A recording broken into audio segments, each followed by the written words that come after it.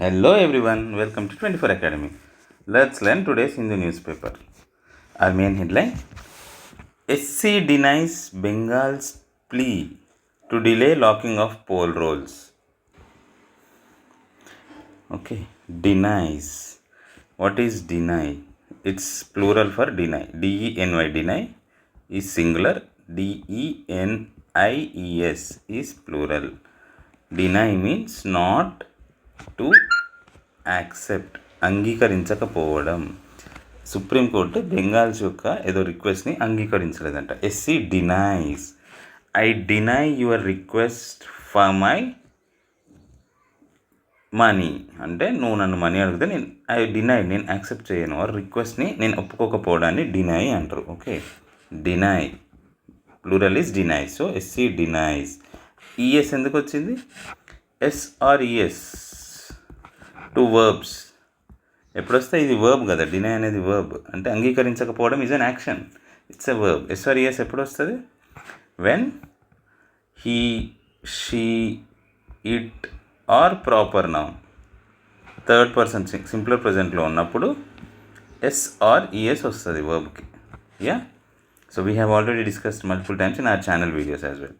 Okay, so he has added ES. ES means singular. Supreme Court is singular, right? So that's the reason denies. Bengal's plea. What is the meaning of plea?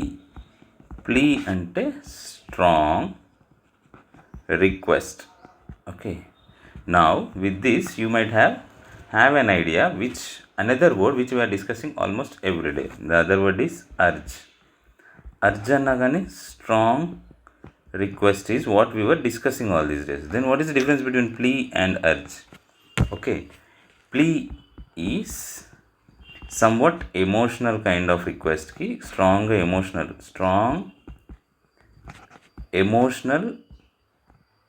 or some lighter hearted strong request ki plea antaru.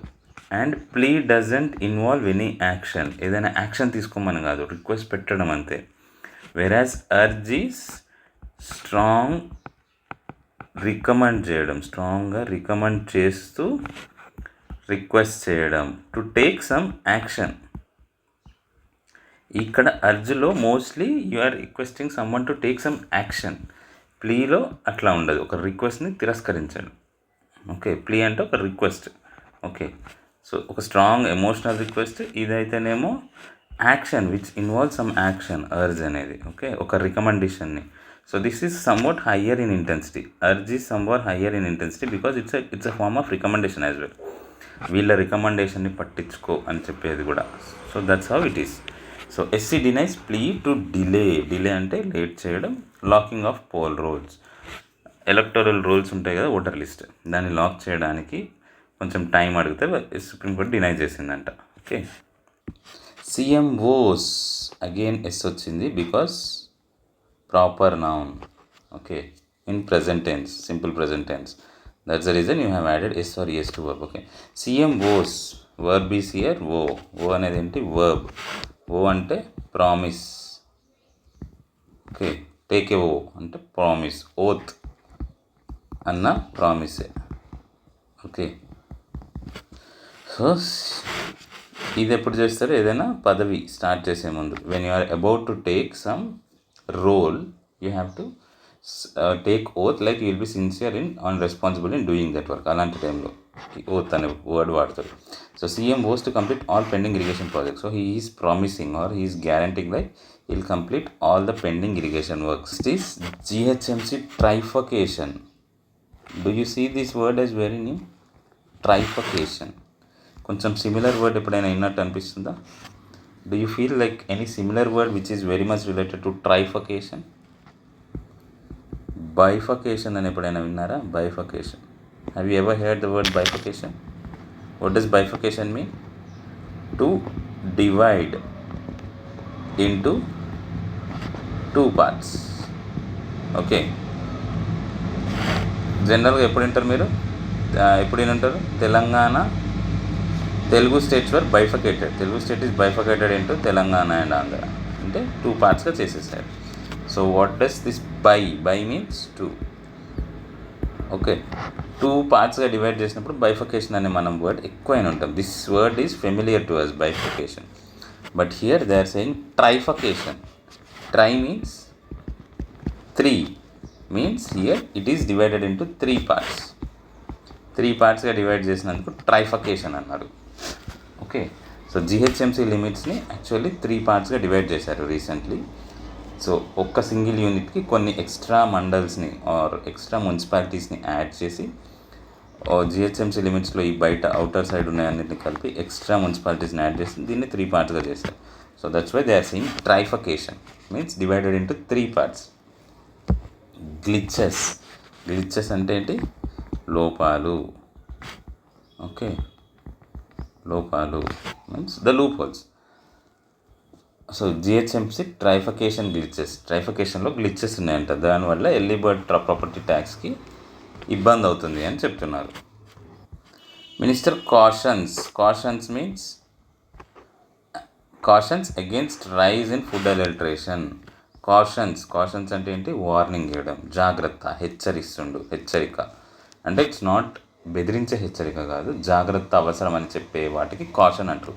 Cautiously move head. Caution అంటే కాస్త జాగ్రత్తగా చూసుకొని ముందుకెళ్ళమని అర్థం. Okay, so minister దేని గురించి caution చేస్తుండే, దేని గురించి జాగ్రత్త చెప్తుండే? Against rice in food adulteration. Adulteration we have discuss this multiple times. Adulteration అంటే ఏంటి? కల్తీ. సో ఫుడ్ యొక్క కల్తీ యొక్క రైజ్ పెరుగుతుంది, ఫుడ్ కల్తీ పెరుగుతుంది అని మినిస్టర్ కాషన్ చేస్తున్నాడు, జాగ్రత్త చెప్తున్నాడు, హెచ్చరిస్తున్నాడు. ఓకే, హెచ్చరించడం అంటే బెదిరించే హెచ్చరించడం కాదు, చూసుకో అని చెప్పే హెచ్చరిక ఉంటుంది కదా, జాగ్రత్తగా ఉండు అని చెప్పే హెచ్చరించడం ఉంటుంది కదా, దానికి కాషన్ అంటారు. జాగ్రత్తగా ఉండు అని హెచ్చరించడాన్ని కాషన్ అంటారు. So minister cautions against rise in food adulteration.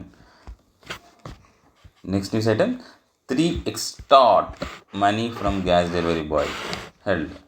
Extort అంటే ఏంటి? What is the meaning of extort? Guess. దోపిడి, తెలుగులో అయితే దోపిడి ఆర్ బెదిరించి ఏదైనా మనీ తీసుకోవడం.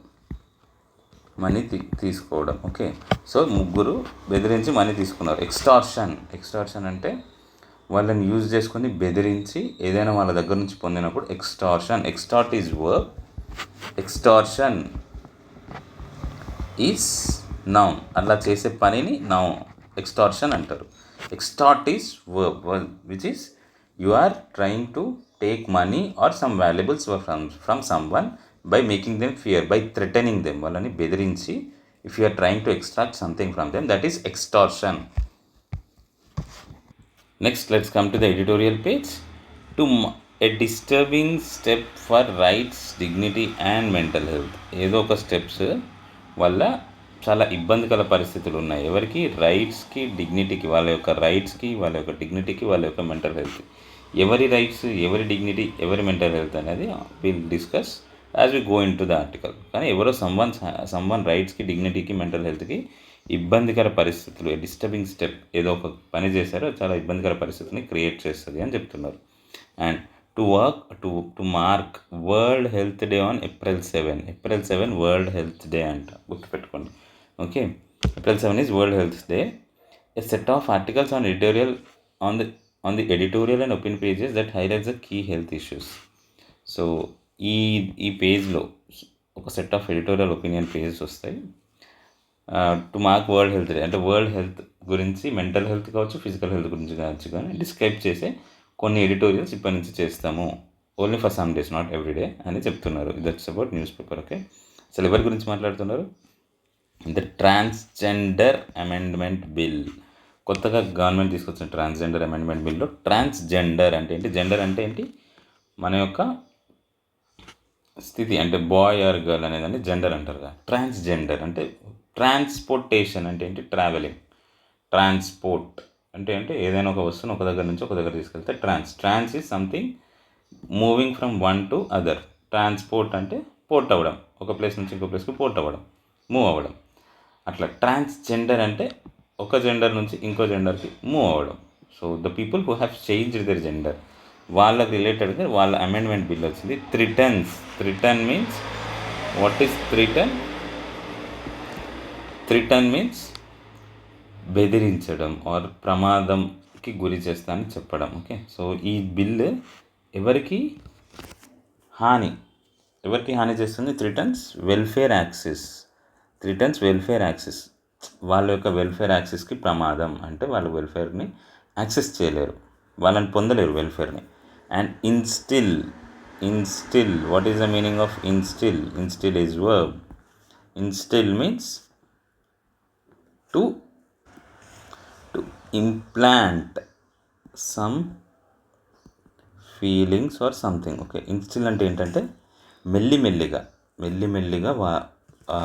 ఏదైనా ఒక ఫీలింగ్ని కానీ ఒక ఎమోషన్ని కానీ వేరే వాళ్ళలో కలుగజేయడాన్ని ఇన్స్టిల్ అంటారు. సో ఇక్కడ ఇన్స్టిలింగ్ ఫియర్ అనేది మెల్లిమెల్లిగా వాళ్ళలో చేరుస్తారు. Okay, so instil is something you are placing స్లోగా ఒక ఫీలింగ్ని కానీ ఒక ఎమోషనల్ కానీ అవతల వ్యక్తి మనసులో పెట్టడాన్ని instilling fear, instil love, instil and emotion something. It's not just about feelings. It would be used for other things as well, but in this perspective we are using about emotions.